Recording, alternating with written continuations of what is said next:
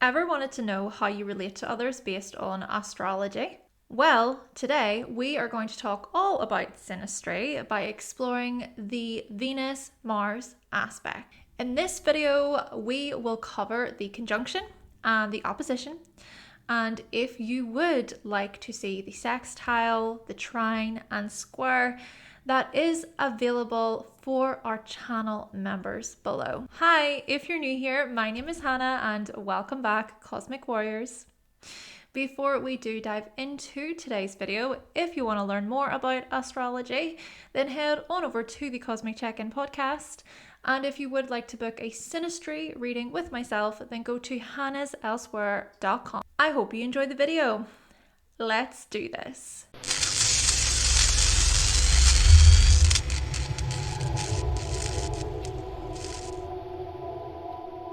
So to begin, remember the introduction video to synastry. That is below, as well as many videos about aspects.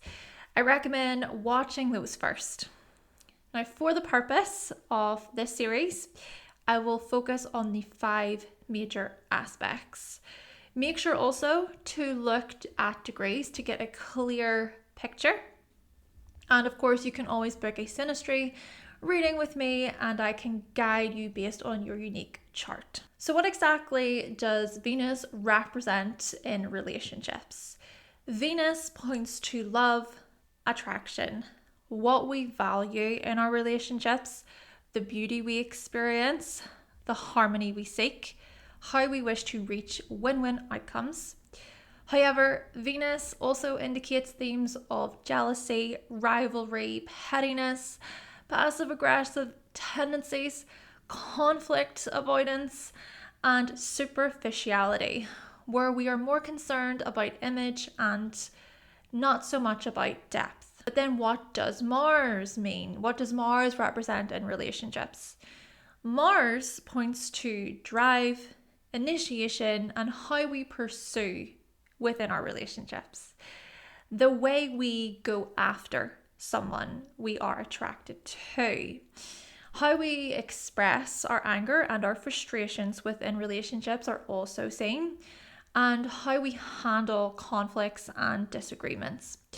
Our libido and what motivates us within our relationships is seen here. What we think is sexy and hot, as well as our personal satisfaction and how we pursue our desires. Mars can also then indicate things like rage, fighting, right, violence, and unhealthy aggression. Now, the condition of both Venus and Mars in your chart and the other person's chart involved, this is what we want to consider. It's so important. Look to both or all people's charts. And do also look to progressions, so progressed planets, for more information, especially when looking at how our relationships evolve over time. Now, the following information can be applied to love, friendship, and family relationships. I will use examples throughout. Just apply it in whichever way is relatable to you. Quickly, too, let's think about Venus-Mars aspects in synastry. They are about the connection between what we value and desire within relationships, being Venus, versus how we pursue those things, Mars. What we find appealing, beautiful, and attractive, Venus, versus the satisfaction we feel when we connect with someone based on our preferences, Mars. How we seek win-win outcomes, Venus, and then the way we express our anger, Mars. The harmony we seek, which is very Venus, and then the healthy aggression when we think there is an imbalance, which is very Mars. We look to the jealousy and rivalry through Venus, but then we can mix that with the unhealthy aggression and anger of Mars.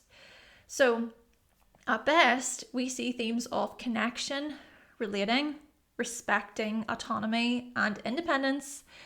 But when we look at this at its worst, we see themes of violence, infidelity, and this warlike challenge. So let's explore Venus conjunct Mars in Synastry. This is the fusion of one person's values, beauty, desires, and comforts, being Venus, with another person's goals, willpower, sex drive, and ambition, being Mars. Such as you complementing one another resource-wise, ambition-wise. The Venus person may be attracted to the Mars person's drive and willpower, as the Mars person is attracted to the Venus person's beauty and sensuality. Sexual chemistry then is likely here. Romantic feelings, possessing a romantic connection too. So the Mars person may be willing to pursue the Venus person, and the Venus person may be willing to open themselves up to the Mars person's advances. But the same can also be said the other way. So as the Venus person pulls in the Mars person, they attract them, signal their interest. The Mars person may move towards them respectfully. Naturally, we cannot go off this Mars-Venus conjunction alone in Synastry.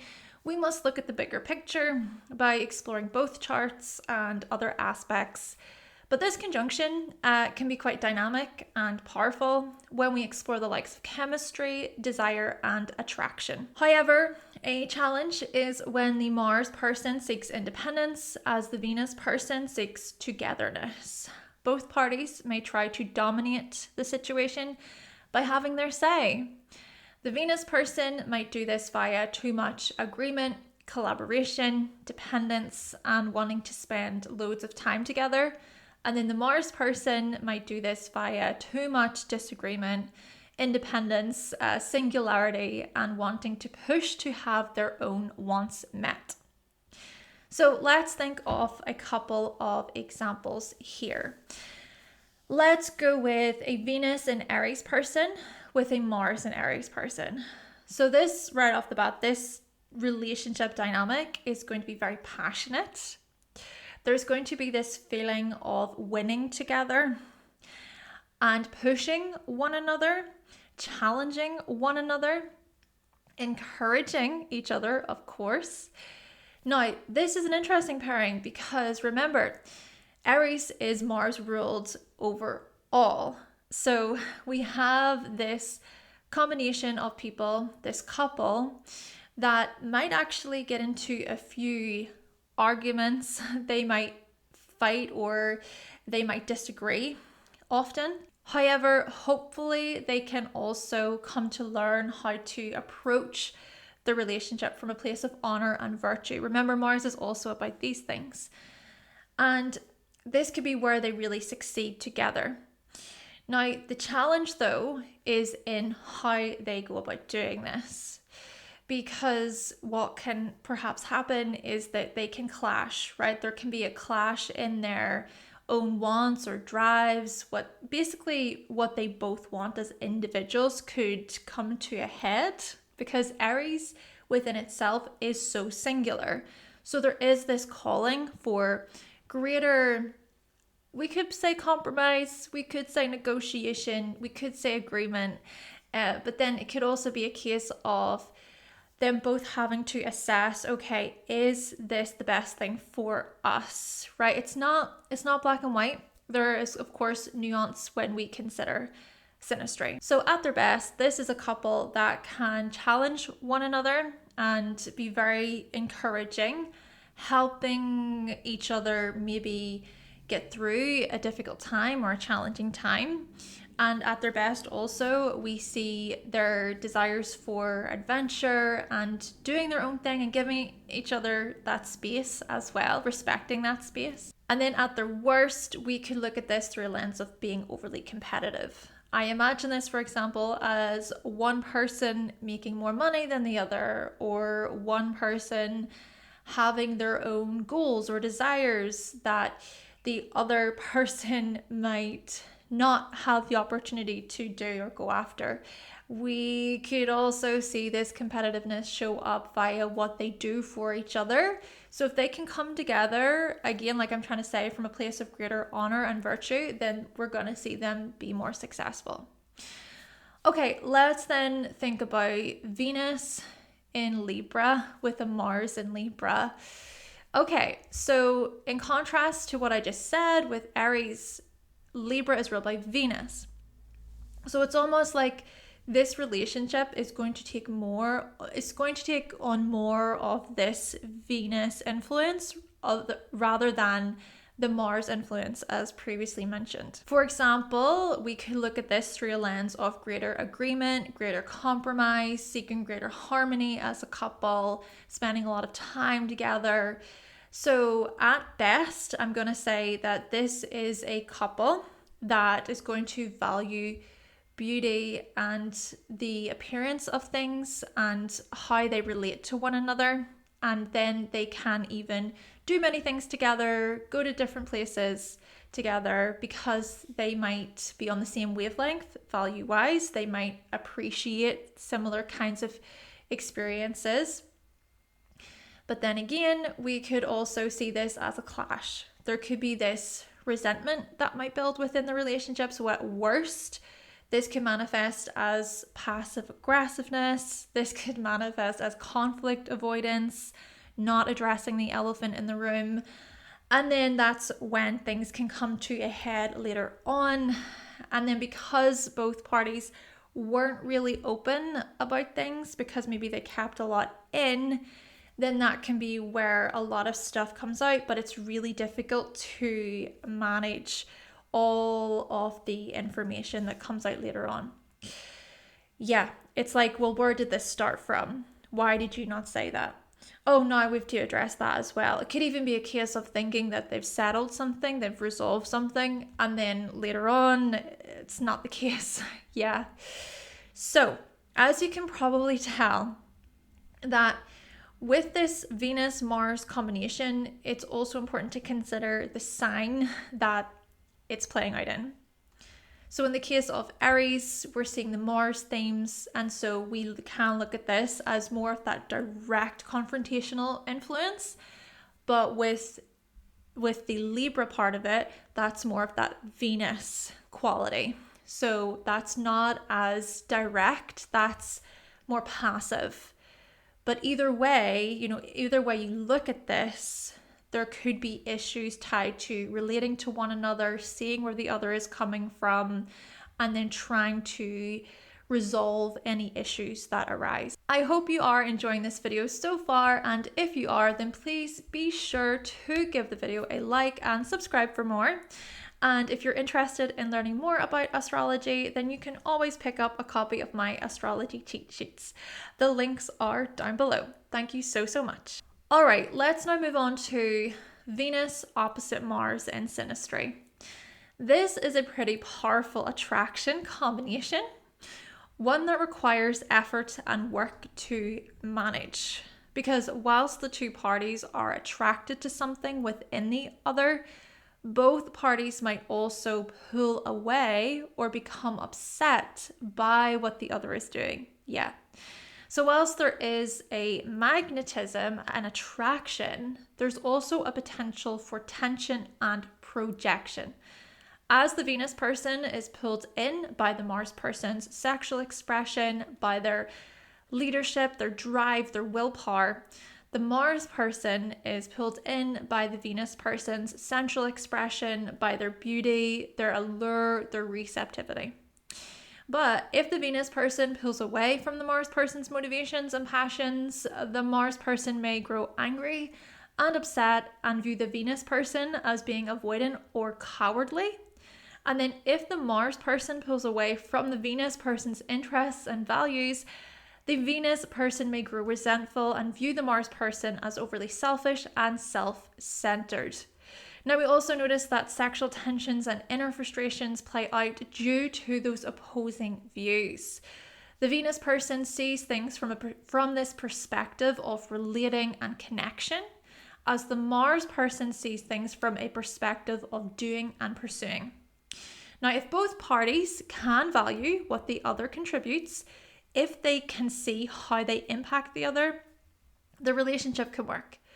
For the Venus person, this is about valuing the leadership and independence in the Mars person. And for the Mars person, this is about encouraging the Venus person to embrace their pleasures and their values. This can then lead to a long-lasting bond, comprised hopefully of things like passion, desire, growth, excitement, and greater harmony. Okay, so let's say, for example, we have a Venus and Leo person with the Mars and Aquarius person. The Venus and Leo person is going to value affection. They're going to value their self-expression and really feeling seen, feeling loved and appreciated within the relationship. But then we have, and also they're going to show their appreciation too, right? The way that they express their love, they share their love, is through affection and applause and recognition, and even wanting to share their interests with that other person. Then we have this Mars in Aquarius individual, and their independence is so tied in with their freedom, their personal choices, their personal decisions, so their ability to think for themselves, to do what they want in many ways. Even if the majority of people are going in one direction, the Mars in Aquarius person says, no, I don't have to follow the crowd. I appreciate my independence. So this could be really where they clash, because this could be where we notice the Venus in Leo person feeling unseen, underappreciated, undervalued by a Mars and Aquarius individual who is all about their freedom. But then equally, this can look like the Mars and Aquarius person becoming upset by the Venus and Leo person's potential to be overly self-serving, wanting all of the attention on them. For the Mars and Aquarius individual, it can feel kind of suffocating. So hopefully what we can look at here is the Venus and Leo person appreciating that the Mars and Aquarius individual has their own stuff to do, but then equally the Mars and Aquarius individual trying to approach the relationship from this place of, I really do appreciate you. I care about you. I love you. There could be this clash, honestly, in how emotions are shown. Misunderstandings regarding emotions, especially because Venus and Leo really comes from the heart, whereas Mars and Aquarius can come from the mind. Equally, yes, Mars and Aquarius is still going to be caring and very thoughtful, but perhaps not in the way that a Venus and Leo person is looking for. So hopefully this is a couple that can approach the relationship from a place of trying to understand more where the other person is coming from, rather than it being this very aggressive tug of war, because they are both fixed signs, and fixed signs might really stick to their guns. Okay, then let's take the Venus and Gemini individual with the Mars and Sagittarius individual. Right, this combination, I would say, is a lot more lighter than the previous combination, because what we see is more of this flexibility. It's much more mutable. And so with the Venus and Gemini individual, they are going to value that lightheartedness within the relationship, someone who is quite intellectual, someone who they can share with, they can have really great conversations with. And then when it comes to the Mars and Sagittarius person, their independence is wrapped up in knowledge, being a seeker, being an explorer, a traveler. So this is a pairing that could very well travel together and really learn from one another in terms of, okay, the Venus and Gemini person might notice details or might be a lot more logical, but then the Mars and Sagittarius person, they can offer their bigger picture perspectives regarding their goals and their drive and their willpower, etc. Now, at the same time, we could see a clash, right, with oppositions. There's going to be some kind of clash. And that clash could be more mental, it could be more intellectual. So with the Leo Aquarius combination, as previously mentioned, I was saying that that could be more from a place of the heart versus the mind. And then of course how emotions come into that equation. But for this combination, this is about communication. This is about how they learn and how they see things and what perspectives they both have to offer. I mean, it could turn into this intellectual war. It could turn into this superiority, this moral high ground type of thing. Even, the Mars and Sagittarius person could be seen as quite judgmental to Venus and Gemini. The Venus in Gemini might seem a little bit too scattered for the Mars in Sagittarius, because it's like, why do you not have a solid belief system? Where are your morals? Where are your principles? So this could be where there is a clash.